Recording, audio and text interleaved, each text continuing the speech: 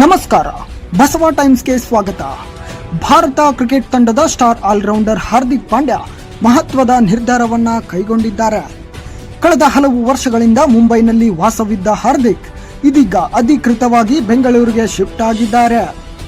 ಹೌದು, ಗಾಯದ ಸಮಸ್ಯೆಯಿಂದ ಚೇತರಿಸಿಕೊಳ್ಳುತ್ತಿರುವ ಹಾರ್ದಿಕ್ ಪಾಂಡ್ಯ ಬೆಂಗಳೂರಿನ ಬಿಸಿಸಿಐ ಸೆಂಟರ್ ಆಫ್ ಎಕ್ಸಲೆನ್ಸ್ ಅನ್ನು ತಮ್ಮ ಶಾಶ್ವತ ತರಬೇತಿ ಕೇಂದ್ರವನ್ನಾಗಿ ಆಯ್ಕೆ ಮಾಡಿಕೊಂಡಿದ್ದಾರೆ. ಮೂಲತಃ ಗುಜರಾತ್ನ ಬರೋಡಾದವರಾದ ಹಾರ್ದಿಕ್ ಕಳೆದ ಒಂದು ದಶಕದಿಂದ ಮುಂಬೈನ ಲೋವರ್ ಪ್ಯಾರನ್ನಲ್ಲಿ ವಾಸವಿದ್ದರು.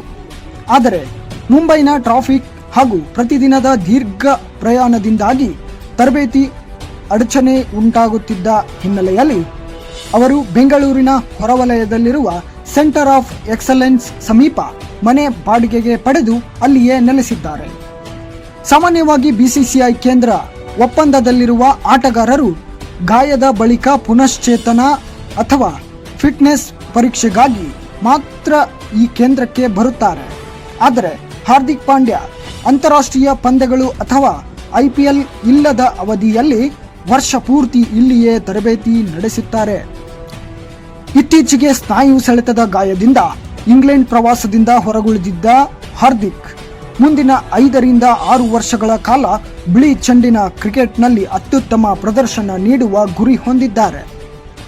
ಇದರ ಭಾಗವಾಗಿ ತಮ್ಮದೇ ಕುರ್ಚಿನಲ್ಲಿ ನೆಟ್ ಬೌಲರ್ಗಳನ್ನು ನೇಮಿಸಿಕೊಂಡಿರುವ ಹಾರ್ದಿಕ್ ವೈಯಕ್ತಿಕ ಫಿಸಿಯೋ ಮತ್ತು ಸ್ಟ್ರೆಂತ್ ಕೋಚ್ಗಳ ಮೇಲ್ವಿಚಾರಣೆಯಲ್ಲಿ ಕಠಿಣ ಅಭ್ಯಾಸ ನಡೆಸುತ್ತಿದ್ದಾರೆ.